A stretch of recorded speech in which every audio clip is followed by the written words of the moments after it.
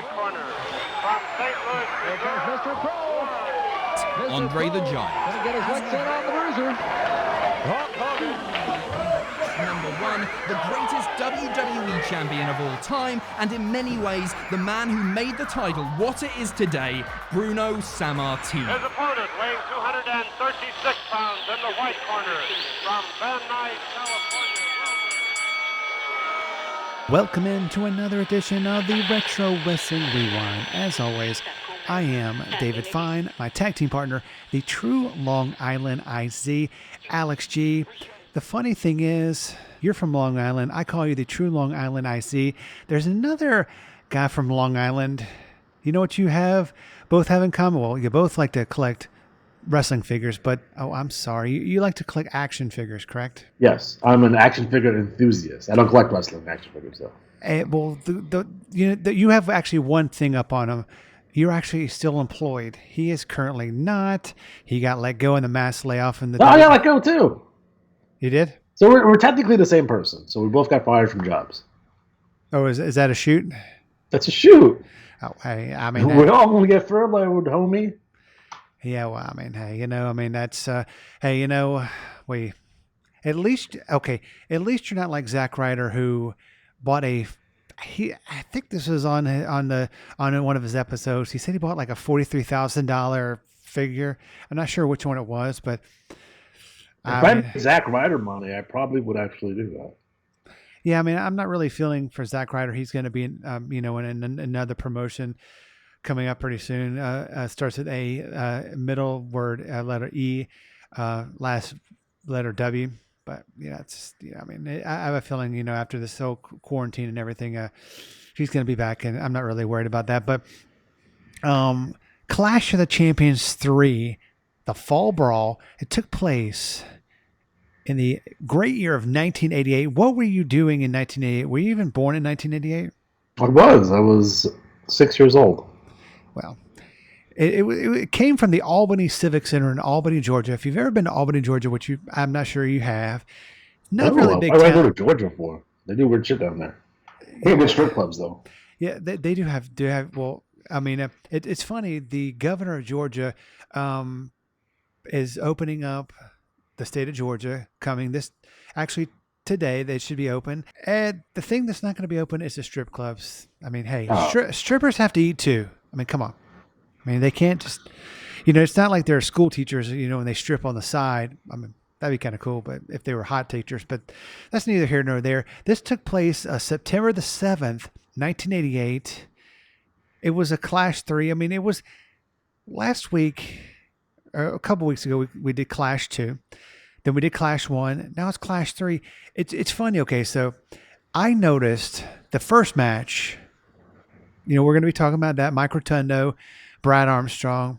But before we get to that, what did you think about the NWA World Heavyweight Champion Ric Flair with Tony Schiavone up in? They weren't in the commentary booth because they weren't doing commentary. They were, kind of to fill in between matches and kind of doing interviews. They were the hosts. They were the host of the event. What were your thoughts on Ric Flair being the host of Clash of Champions, and also, what were your thoughts on the special enforcer for his match against Lex Luger coming up in the next couple of weeks after this show? Well, I do like Flair as the host. It gives him something to do while he's not wrestling on TV. John Ayers, who is a San Francisco 49er, a good friend with Dusty Rhodes, good friend. He was the president of the UWF at one point, so he does have a wrestling connection. I don't remember what was the result of those matches with Flair in terms of him being the referee. The reason he's the special guest referee is because of the Maryland State Athletic Commission and the bullshit finish they did at the Bash. So this is why John Ayers is to make sure that shit doesn't happen again. Clearly, Flair retains in those matches, and it eventually leads to that Starrcade match in December, which I originally assumed that John Ayers was going to be the special referee for that, but he was not. So this must have been on a house show, probably somewhere in either San Francisco or Texas, where he's from. Yeah, I mean, but it's interesting. I mean, it's funny, they had as the host Flair and Esquivone as Chris Jericho calls him. Um, but the commentators were, of course, Jim Ross and Bob Caudle. Yeah. I am a big Bob Caudle fan. I don't know why. That's just maybe the way he holds his mic. He's just old school. He's just really good. He's no Gordon Soley, but he's good. I mean, who would you who would you prefer more, Bob Caudle or Jim Ross at this time? Well, I don't think Bob is necessarily what you consider a play-by-play guy Yeah. anyway, but I do like Cottle. I do like him with Ross. I think he's better with Ross than he is with Schiavone. I do like Cottle when he was in Smoky Mountain doing commentary with Ross. So they have a good chemistry together. The thing about it's not necessarily better or worse in terms of commentators. It's when you have a commentating team, it's how good is our chemistry. Like for example, Vince with Jesse is good, but if you put Vince with Bobby, it's not going to be good. Jesse with Monsoon is good, but I don't think if you put Jesse and Ross together, that didn't work. But Shivani and Jesse was good. Yeah. So like it's the combinations like Ross and Lawler are good, but I don't think Lawler and Joey Styles was any good. You know what I mean? So it's just the combinations could all be good. It's just basically who they're teamed up with will make or break a show possibly. Yeah. Um, Yeah. Yeah. I mean, Jerry Lawler with anybody is terrible because, I love the King. He's a legendary professional wrestler, but he's a professional wrestler. He's just his inappropriate, female comments. I mean, they're funny sometimes, and and they hit the crowd that they were looking for. But just him as a commentator, especially now, I mean, I think I think I like the King. I like the King on commentary. I think he's lost quite a bit off his fastball. So even more than quote unquote inappropriate things he might say, he's not as fast and he's not as quick witted as he used to be. For God's sake, the guy's 70 fucking years old. There's not a lot of 70-year-old commentators out there who are doing at least weekly TV like that. Um, Again, the WWE should always be shifting away from things of the past because when you bring these guys back, anytime you use a lot of legends, it just makes me want to go back and watch it all Raw from like '98 instead of watching the show that's going on today. It because the show are so night and day that in their peak times, like in '98 or '97 WWF, they're not bringing legends in to save the show because their show is good. So anytime they bring in legends, you can look at it like, yeah, they know they're not doing well, so they need something to pop the audience.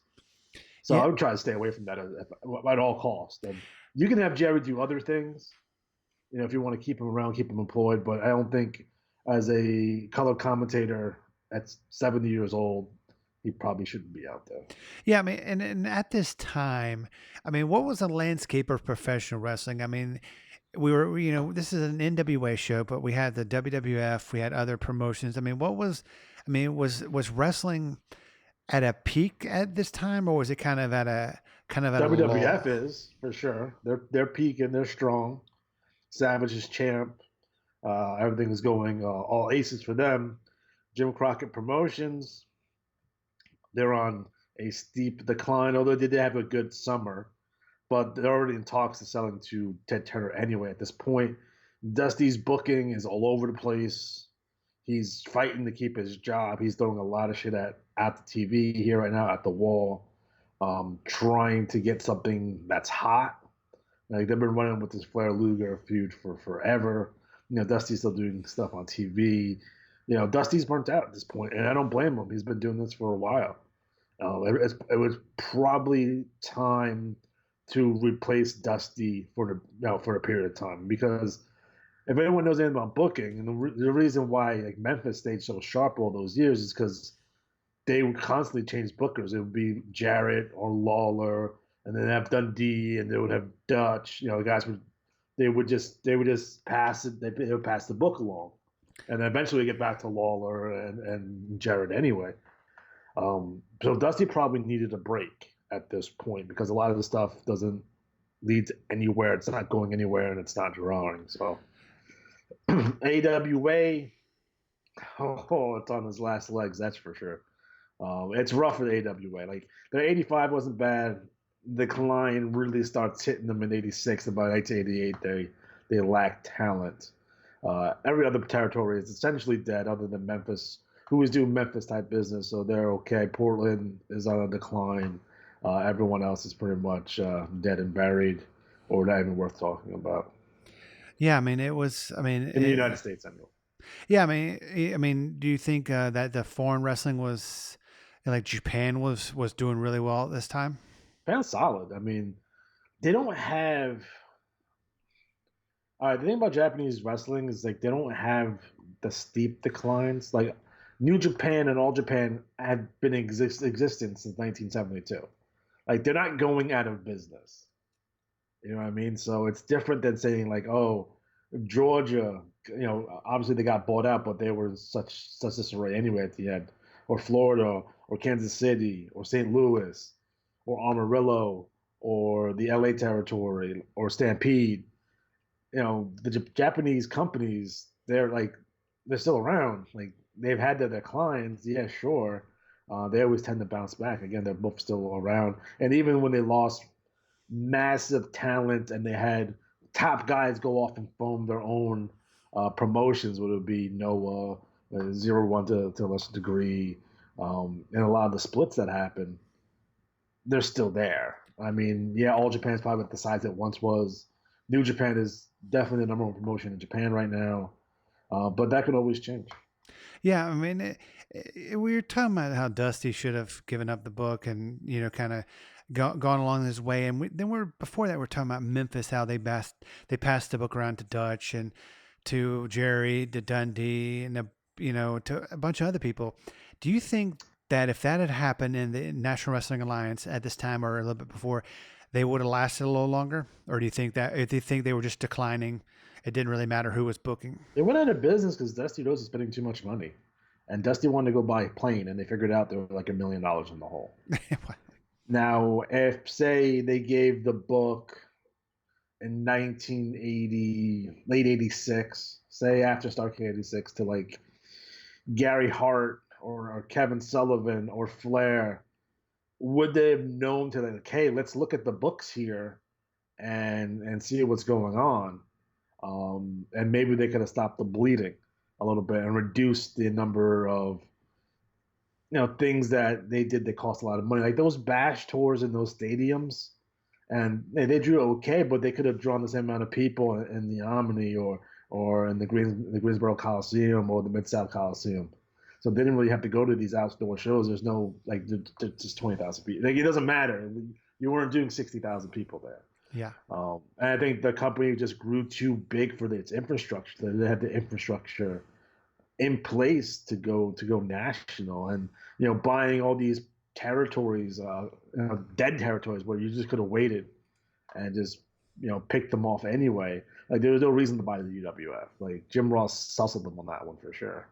Yeah, I mean it was definitely like you said, there's nothing to buy. Yeah. And then you just take it on debt. Yeah, I mean you could have bought it at for a lot cheaper, but they didn't. But the first match that we had on the card was for the NWA World TV title. The champion Mike Rotundo with Kevin Sullivan. Are you a Rotundo or Rotunda type guy? I'm a Rotunda guy, and I'm a Captain Mike. I'm not a. You're a big Captain Mike. Yeah, I'm not a. I mean, I liked him when he was in the Syracuse gimmick, but whenever not the boat captain. I mean, no, I liked him when he was the boat captain. I'm not a big. I'm not a big fan of the whole college kind of thing. It's because my favorite Mike Rotundo is hanging out with Norman the Lunatic and Abdul the Butcher. Mike Rotundo when he's Captain Mike for no fucking reason. Yeah, I mean that just gives Jim Ross another reason to say, hey, Mike Rotundo graduated from Syracuse and with a scholarship, and he majored in business and minored in mathematics, some crap like that, because he seems to do that shit. He was taking on. We stopped doing that in WWF. The second one, anyway. Yeah, he was taking on the local boy from up the road in Marietta, Georgia, Brad Armstrong. This went to a time limit 20-minute draw. Your thoughts? Like they were about to push Brad here, but for some reason his push evaporated. I'm not really sure why. Yeah, I mean, he's the best Armstrong. I mean, he is In by ring, yeah. yeah. I mean, maybe not on the No, microphone, because but that would be Road Dogg, of course, and Scott's pretty good. yeah, Like they're all good. I mean, Bullet Bob is obviously the because he could work and he could talk. yeah. I mean, he was definitely. I mean, he was. Yeah, I mean, I think they would have pushed him, but I'm not sure how many years down. I'm not sure what year he passed away, but He was long retired, right? He didn't pass away until like the 2000s, like 2012, well, that's good. 2013, I something didn't. like that. I kind of lost track of him after he retired. I didn't keep up with him, but it's just I don't keep up with old wrestlers. You didn't like him as Buzzkill in WCW at the end? No, I don't. I think I missed that gimmick. If I swear he had dreadlocks, but I'm not sure. I'm sure they're probably fake dreadlocks, but I don't know. You don't think Brad Armstrong can grow him a mean pair of dreadlocks if he wanted to? I mean, he probably could. I mean, didn't the Road Dogg have? He did. Yes, I mean, There you go. he may have been able to do that. But yeah, I mean, this is a 20-minute time limit draw. I mean, Mike Good Rotunda. match. I mean, it was a good match. I think Rotunda. I mean, Rotunda as a TV champion was good. I mean, he. I mean, could you have seen him as a world champion? No. Well, no circumstances. No, not even as Captain Mike. No. Okay. Not as IRS, not as Michael Wall Street. No. No. Never. Yeah, and, well, I mean, he was one of the guys that's currently looking for employment, but that's neither here nor there. I think he's seems to be close to retirement. I don't know how old he is, but he's. I'm sure he's not hurting for money. No, he's not, because I mean, he's the IRS man. He's definitely at Michael Wall Street. So Yes, and I'm sure Bray Wyatt's taken care of. So Yeah. he needed it.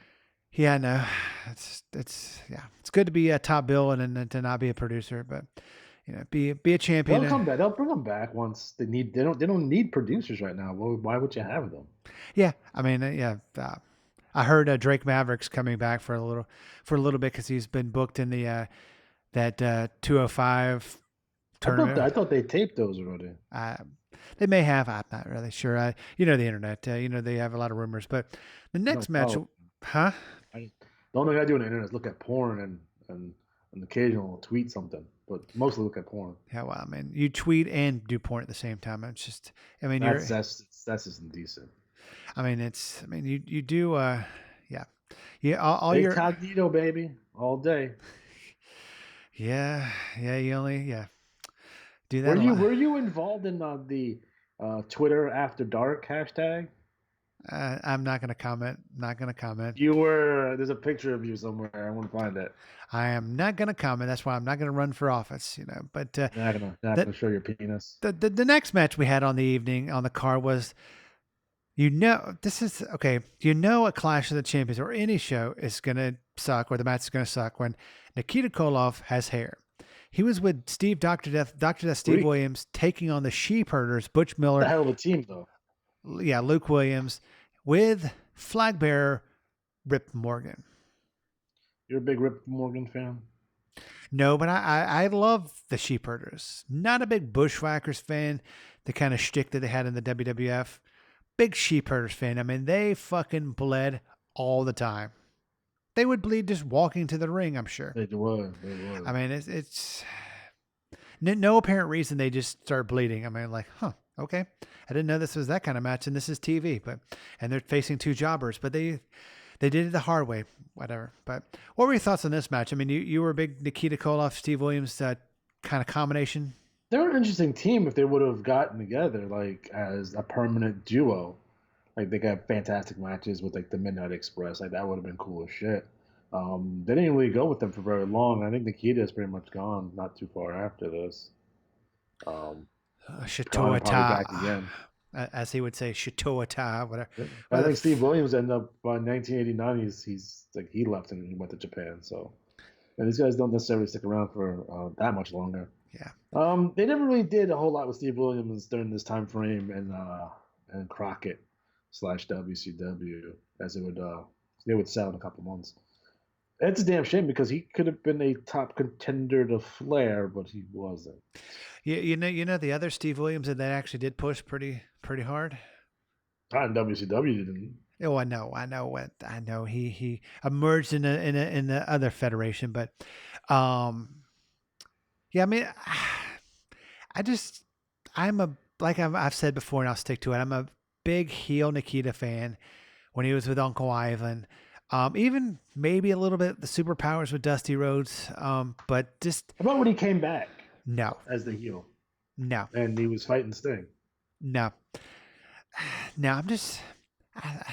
I mean, I think it may have been when he found religion. I'm not sure if he had found religion, the whole time, but I don't know. Like I said, I'm a big. What about religion that makes Nikita Koloff less likable? I don't know. I'm just I'm just trying to cause controversy here on the old podcast. Jeez. I hate Nikita Koloff because he was religious. No, I just whenever you see Nikita Koloff with a crew cut with a flat top, no, just fast forward that match because it's not gonna be very good. Or it's not gonna be a very good show. But I mean, he was just kind of mid cardish at this time. I mean, he didn't really get a push when he came back with the hair, did he? No. I think he was in and out anyway because I believe his wife was dying with cancer, and I don't know if she had passed away by this point or not, but he basically went home to take care of her for a while. So that's why we don't see much of Nikita during this time frame. Yeah, and then yeah, then he came back and was teaming with Steve Williams, but yeah, I mean, but like I always say, the Sheep Herders, big fan of them. I mean, they were. I mean, it's Butch Miller, Luke Williams. I mean, the only thing I did not like about the Bushwhacker or the Sheep Herders, I don't think they didn't do it as the Sheep Herders because they did it as the Bushwhackers when they freaking licked kids or licked people. That was kind of gross. When they're licking kids' heads? Yeah, that's this. Gross. That's not social distancing themselves. That's just getting somebody some like Hep C or whatever those diseases, venereal. This all the diseases because you have all the diseases. But Well, not this week. Penicillin guy. yeah, well, I mean, good thing you can't catch that looking at porn on the internet. I'm just saying. No. I mean, I think probably. I mean, getting viruses on the computer. I had this real nasty one that was like roaches that would eat away your desktop. That was really fucked up. You ever gotten the one that says, "Hey, your computer's locked, and we're not going to lock your computer until you pay us"? Oh no, because I don't click on emails from suspect people. Oh, is that why you never click on my emails? No, exactly what. Yeah, no. But speaking of a suspect match, the next match, I got to talk about the ending, but we'll talk about the ending at the end. At the end of this match, Dusty Rhodes, Kevin Sullivan with Gary Hart. Yeah, this was the match. Yes, I know this was a match. It's interesting because it's Dusty Rhodes and Kevin Sullivan. I believe Kevin Sullivan has recently just broke Jimmy Garvin's leg. And, Dusty and Sullivan's feud goes back a long way. But again, it's just Dusty trying to throw anything he can at the wall here to save his job. But no, he does not beat Kevin Sullivan. He pins Gary Hart. I don't understand that. Do you think, I don't remember offhand, does Dusty go into an Al Perez feud after this? I don't remember if he did. I mean, you think I would remember that, but I don't think he went into that would have been a good feud if he did. It would have been fun at least, but yes, Dusty Rhodes ended up pinning Gary Hart and gets the 1-2-3. We've seen this finish before with Dusty. It's cheese. It's like no one has the job, so I'm going to pin the manager. Wonderful. Yeah, I do like Dusty's post-match celebration when he's sitting in the crowd. That was cool. And the kid sat on his lap, Well, at least it's not like Jerry Lawler, so. Yeah, that would be weird. But something that is not weird is the show that we're covering next week. Kind of want to go into a little bit before we go on to the Great Russian chain match between Ricky Morton and Ivan Koloff, which has a pivotal point at the end of the match. Starrcade 1997. Why did you pick this for next week's show? It's the main event. Main event's Hulk Hogan taking on Sting. This was supposed to be the peak of WCW. This was going to be their WrestleMania 3, and it wasn't. Yeah, I mean, I'm also a big fan of that Buff Bagwell versus Lex Luger match. you're a big Buff Bagwell fan, aren't you? I am not. I do not solicit his services on the internet. So But you love the old Judy Bagwell on a pole match, even though I it wasn't did, on a 'cause I pole. thought that was ridiculous. It's not on a pole. It was on like a forklift. But whatever. Judy Bagwell would jump on my pole anytime. I mean, she's probably like dead or 100 now. So I'm just saying. Oh, that still doesn't matter. When there's a will, there's a way, my friend. I mean, yeah, I guess. I mean, hard times. I mean, Yeah. like Dusty Rhodes would say, "This is the hard times, brother." The weird thing about this show, I don't know if they were injured. Neither Kevin Nash or Scott Hall wrestle on this show. Oh, well, I'm sure Scott Hall was drunk or on drugs and some. Well, he was ringside for Bischoff and Bisco, and we also had Bret Hart's debut on this show too, which is very, very important. Yeah, I mean, we'll definitely talk about that next week. And folks, we have some great shows coming up in the next couple of weeks. I mean, it's like next week we have Starrcade 97. I mean, that's last week we had Starrcade Future Shock, Starrcade 89 Future Shock. Of course, today we have Clash of the Champions 3.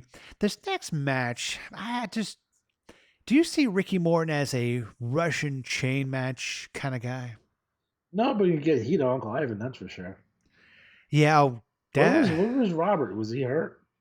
I'm not sure. I mean, I'm a big Robert. Is this the aborted Ricky Morton singles run that Ricky did not want to do? That they brought back up whenever he was in the York Foundation. So yeah. But I mean, Ricky Morton, of course, he's the talker of the two. Robert Gibson, great wrestler, probably a great person, but God, he should not talk. He should not talk. And it's funny. He's been soliciting a lot of stuff on Facebook for for Ricky Morton's son. He has like some kind of business in Tennessee. He still has that raspy voice. It does. I mean, it's I guess that's he actually has a raspy voice. But he's just a terrible talker. I mean, not to the ladies though, that's for sure. I mean, yeah, well, I mean, according to the rumor and innuendo, they did get a lot of tail back in the day. I don't think that's rumor or innuendo. I'm pretty sure that is fact. that is facts. Yeah, it's just. I mean, I don't know if all the girls. Now the question is like, did they go back to the hotel room or did they do it in Ricky's van? Probably both. Probably both. Van. I want to go for a ride in Ricky's van for sure. Oh, I bet you still got that van. He's a super nice guy. I met him at on WrestleCon, and they were both super, super nice. Which con did you meet him at? The one that we were at. Oh, well, I mean, I didn't meet him there, but no, because you're too busy. I don't know, jerking off in the corner. I don't know what you're doing. Hey, what I do in New York, I can't do that anymore right now. But what I do in New York is none of your damn business. I'm just saying. It is kind of funny, kind of going back to New York and WrestleMania and WrestleCon. I was talking to our great fan of the show, Bill Apter, today on the phone, and I was also talking to my father the other day. I cannot believe this time, a little bit later, we were in New York you were already in New York for WrestleMania, WrestleCon, and just think, I mean, what is going on there now? It's just mind blowing. You know what I mean? It sucks. I mean, I'm sure a lot of people who missed that going to Tampa, that would have been a fantastic event. Just all the pomp and circumstances around WrestleMania weekend. Even if you don't end up going to WrestleMania or don't really necessarily enjoy it, it's a cool thing to experience. I think everyone should probably go to WrestleMania if you're a wrestling fan at least once, just to say that you went. Because it's a cultural kind of a wrestling experience that I think everyone needs to have. And all the stuff going on will be all the independent shows and all the conventions and autograph signings. A lot of stuff to do. You have to manage your time appropriately. It's like a Disney vacation for wrestling. It's probably very similar to that. Yeah, I mean, it's definitely one of those things that you don't do all the time. You No, you kind of save up and go once a year, and yeah. I you mean, know. you kind of let your hair down, and I mean, especially, I mean, yeah, I mean, WrestleCon they said they would probably never have it again in New York because of all the the unions, and it just cost them so much to set it up and take it I down. don't know why they didn't go into to Long Island. That would have been better for them, I mean, that or would at have least been. Jersey. I I mean mean, that. the other time that they were in New York / New Jersey, WrestleCon was in Jersey, and we walked like it was basically across the street from our hotel, so we just walked across the street. Yeah, I mean, hopefully they'll go back there and maybe go to New Jersey. But speaking of something that I go back to each and every day, it is your YouTube channel and your show. I mean, it's high. I told you, we've been messaging back and forth the past couple of days on the text message about how I can find complete seasons, which you say are not they're not possible, of like Championship Wrestling from Florida, Georgia Championship Wrestling, because I'm kind of going down the rabbit hole of old school stuff. Of I was at speaking of stuff that I'm actually probably gonna get on the YouTube hole tonight. You know, um, after I get off of work, but my what a guy that I grew up watching on a 7 hour professional wrestling broadcast. It was not all 7 hours of him. It was 7 hours of different promotions. It was called Superstars of Wrestling. It aired on a channel called TV 69 here in Atlanta, Georgia. Is that WATL? WATL, and it was also another show with this guy Joe Pedicino and the great Gordon Soley called Pro Wrestling This Week. But no, Superstars of Wrestling was like a religious experience. I would come up here. I didn't see it all the time because we didn't get it where we lived in South Georgia. But I would come up to my grandmother's house, once or twice a month, and I would sit in front of the couch with my uncle, who at the time was underage, but he had a drinking problem, and he would 7 hours of professional wrestling. He would go through probably 2 or 3 cases of beer. I mean, he would legitimately be shit faced, but I love sitting down and it was, from world class to they had Georgia Championship Wrestling. They had Championship Wrestling from Florida. They had so many things back then. They had WWF on there too. Yeah, they had WWF. I mean, it was a great, a great retreat, which back then you couldn't watch on demand stuff. You couldn't watch they didn't have the network. You couldn't record stuff. So it was one of those things that if you missed it, you missed a lot. I mean, do you miss that kind of aspect of wrestling where you actually had to watch it at that moment? Or do you like how you can record it or you can read the results on the internet? Your thoughts? It's tough because as a kid now in New York, we had Superstars at noon on Saturday. We had Challenge on noon on Sunday. We had All American on noon on Sunday, and we never got the big blocks. Although I'm pretty sure there was one on Sports Channel, but that came and went. In terms of like must-see TV, yeah, I do miss the early Raws from '93, and I would sit there and watch them every week, at 9 o'clock, and then when Nitro became a thing, I do miss that.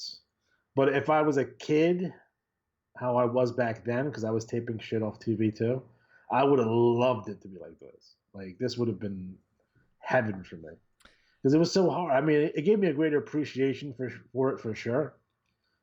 Because I still have like the 6 or 7 tapes of stuff that I taped off of TV when I was a kid. But it's like I can't even compare it because I would have lost my freaking mind. I can watch anything I want at any time. That sounds insane to me. That's the way it is right now. Yeah, and with everything that's going down, and I mean they, of course the governor of Florida, Ron DeSantis, deemed the World Wrestling Entertainment as an essential service. So they are now taping their stuff, or they're now not taping. They're actually now live on Friday and Mondays. I mean, what are your thoughts on that? I mean, I think that you're not going to get. I mean, you're not going to get the quality matches, the reaction to the crowd, of course, when there's no one at the arena because they're wrestling in front of no one except for the commentators and the referee. I know they have to do it live because I guess it's part of the contract. Although I believe there is language on the contract stating that due to what's going on here, they're not going to be held. That's not going to be held against them. Keep in mind when they taped Superstars, that was like 6 weeks worth of TV. They shot in one shot. You know what I mean? Yeah. So they could probably shoot 3 or 4 months worth of TV if they really want to. There's guys there that know how to do it. I don't know why they're being so like we have to be live. We have to be live. I don't watch it anyway. I don't really care. But I'm not no fans. That's ridiculous. Yeah. I mean, If I was them, I would put on Attitude Era Falls or something. yeah, it is kind of weird. I mean, it's just not like wrestling fans now with this whole thing going on can't log onto the network and see years and years and years and I have years enough of wrestling. footage so I can watch wrestling every hour of every day for the next 20 years and not watch the same thing twice. I'm sure, but you do not. Do you currently own any championship wrestling from Florida? I do. Any Georgia championship wrestling? I do. Those are my two favorite You didn't ask me if I had them. You asked me if I had them complete, which I don't. Because if they existed complete, I probably would have had it. Yeah, I mean, how many? How But many? I have 7980. I have let's see. What do you have them cataloged in the old personal confuser? I mean, they're on hard drives. So yeah. I bet you they are on a hard drive, but that's beside the point. Sorry. Although most of the stuff I have, especially the stuff that you probably want to see, which would probably be 82, 83, is on YouTube anyway. Yeah, I know, and That's where I got it from originally. yeah, no, and I'm also a big Georgia fan, but Florida is a little bit harder because Florida's in pieces. yeah, but So Georgia's it's like Georgia's you'll get complete shows. yeah, But you watch them and it's fine. But the problem with those shows is the fact of the matter is you don't see any of the matches. So you're watching cool promos. That's awesome, and a couple squash matches, but you're not seeing Roddy Piper taking on Buzz Sawyer and the Omni because they didn't tape those shows. no. Like those are the house shows that watching at the time, like, oh, I have to go to the fucking Omni. That's great, but when you rewatch it, it's like, all right, so they had this match with Buzz Sawyer and Roddy Piper. It was the dog collar match, and now what? All right, they're on to the next thing. Yeah, I understand. And now we're on to the next thing, the Russian chain match. Ricky Morton taking on Uncle Ivan with number one Paul Jones. This had a twist at the end. What were your thoughts on this match? Just to start out. I mean, it's an interesting match. I do enjoy Uncle Ivan. Ricky is good. It was a fun match all around. I mean, there's no issues there. The problem with a lot is like they don't lead to anything. Yeah, like, what does this lead to? Probably nothing. I don't know. Yeah, I mean, they didn't have a feud. I mean, the spoiler alert: Ivan Koloff turns on Paul Jones because Paul Jones cost him the match, and then this is when Jim Ross said, "Oh, there's another Russian. Let's call them Russian Assassin 1 and Russian Assassin 2." So, just saying. Wasn't one of them Jack Victory? I'm pretty sure. I think so. I think so. Yeah. I mean, and I'm not sure the other one was, but yeah, I mean. Angel of Death was the one here. Yeah. Were you a big fan of the Russian Assassins? No, I don't think anyone was. I don't think they were meant to be more than nothing. They were, well, they did nothing. I mean, Honestly, Paul Jones and his deal is running out of steam because when you have to turn Uncle Ivan uh, to face Paul Jones, then you got some problems. Although we don't think Nikita and Ivan reconciled, right? No, I don't remember that happening on TV, no. which probably should have. Yeah, I mean, Paul Jones. I mean, he's been in his legendary feud for. He's probably still going on with the feud with Jimmy Valiant back then. I I'm mean, sure yeah, they're I still mean, feuding. yeah. I mean, if Paul Paul Jones is Jones. a police officer, from what I understand. Yeah. I think he was. Well, I mean, isn't he dead? Yeah. So I mean, he's probably not anymore. But I mean, I think the feud's still going on, even though Paul Jones has passed away. The feud is still going on between. He had a body shop. Not the body shop I just matured, but he owned a body shop. He did pass away on April 18th, 2018. Number one. He was the Paul. number one babyface in Mid Atlantic before Flair. I mean, Like, he was the top guy there. what were your thoughts on him as a babyface and champ? Flair or Paul No, Jones? Paul Jones. Good for the time. Yeah, I mean, was it believable? Older. Oh yeah, for sure. Although Mid Atlantic wasn't necessarily known as a singles territory, it was still pretty much a tag territory until Jim Jr. took it over, and that's when they started making the switch. Yeah, yeah, I mean, it was definitely. I mean, I was a big Paul Jones fan. I mean, whenever he was with Manny Fernandez and Rick Rude.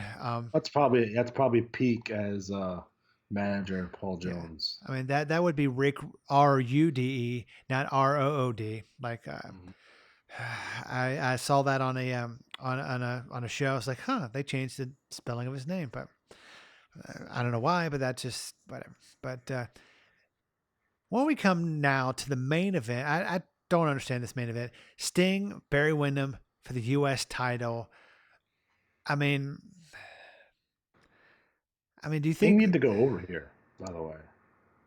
I'm sorry. Hello? Hello. Sting needed to go over here, and he did not. Yeah, I mean, he definitely needed to go. I mean, why didn't they? If Dusty was booking this, why didn't they? Why didn't Sting go over? I don't know. I have no idea. Sting's 88 will pass the Flair Clash match. Like, it's rough. Like, yeah, he hit the main event here, but he needed to go over. If Sting's going to be your next perennial challenger after Luger, then you need to put the U.S. title on him at this point. Let him grow into it. But Luger has dominated that belt for so long. And then, it's just a small gap with Barry anyway before Luger takes it back. I don't know. Sting needed a push here. Like, he would spend his 1989 like having matches with the Iron Sheik and shit.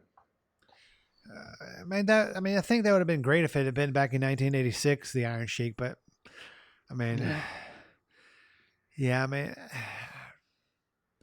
of course, Barry's managed by the great James J. Dillon. I mean, I'm just like I said, big James J. Dillon fan. Big Paul Jones. I mean, all these managers in this show. I'm a big fan of Gary Hart, definitely. Paul Jones, definitely. James J. Dillon, definitely. But I mean, overall, what There's no Cornette on this show. Yeah, I mean, I wish there was, but I mean, his team wasn't on here, so. No, I mean, because you could have done Nikita and Williams taking on the Midnights. yeah, You probably would have had a better. Not that the Street Predators match was bad, because every match on the show is good from a quality standpoint. The problem is where is this coming from and where is this going? I mean, I'm not sure. I don't sure what this whole show leads to. I mean, at least shows now, kind of got a storybooked ending, or a way. But this clashes back then. Some had, pivotal. It just shows that have show. I mean, they did a fantastic rating. They did a 5.4, which any wrestling company would kill for a 5.4, and it'd probably be worth billions to any kind of cable or network, Millennium Network. Yeah. So their ratings are sky high. It doesn't necessarily draw because they only do 3,700 fans, but the fans in Albany, Georgia, were very lively, which is a good thing because those Georgia fans they get into it, and it's the home of the promotion, at least not at this point, but it will be moving forward. And I'm sure there was Turner executives at this show, seeing how the crowd reaction was, and they go right back and looked at the ratings. The ratings were really really good. So they made the decision to purchase it. So Yeah, I mean, definitely think the crowd of the Mike Rotunda Brad Armstrong match, they were freaking popping for Brad Armstrong. I mean, it seemed to be a lot of ladies in the crowd, and they were going crazy for Brad Armstrong. I mean, I guess he was a big he's a big lady pleaser, so I'm just yeah, that's what I call my thing, the lady pleaser. but overall, I mean, looking back, what were your thoughts? I mean, what would you give this show? I mean, between 1 and a 10. It's probably like a 6. It's good matches, but nothing memorable. Yeah. Doesn't necessarily lead to either the clash after this, which is season beatings, or Starrcade. It's just a nondescript. It's just perfectly acceptable wrestling, but doesn't do anything for me. Yeah, I mean, I'd probably give it like a 7. I mean, it was good. I mean, it was. I mean, it wasn't the best clash. I mean, I'm always going to think number one, at least, the first 3. Number 1 I thought was the best, but Best clash is 9, but we'll 9. get to that at some point. No, yeah, we're definitely going to get to that because we've got some great shows coming up. I mean, folks, I'm going to be posting in the next couple of weeks the shows that we'll be covering. I mean, Alex has some great shows that he's picked. I mean, some barn burners. I mean, we're not looking at that promotion that you don't want us to watch. What was the XPW? No XPW, unfortunately. Maybe next season, in season 4 of the podcast if we get renewed. But no, we have some great shows next week. We have Starrcade 80 or Starrcade 97, with Hulk Hogan and Sting. I mean, that's definitely worth watching. I mean, however you watch it, get versed. If you haven't watched Starrcade 97 in a couple of years, watch it on the network. Just type in Starrcade, go to 97, and you'll find it, or you can find it on YouTube. There's many different ways to find it. But any parting words before we head out today on the show? Dusty needed to give up the book. Maybe to Sullivan, maybe to Gary Hart, maybe to Flair. And it's sad to see the end of days for Jim Crockett Promotions. Yeah, I know. I mean, the days for Jim Crockett Promotions, like you said, are numbered. But for the great Alex G, as always, I am David Fine. Next week, we'll talk Starrcade 1997. But as always, we'll talk to you in the past.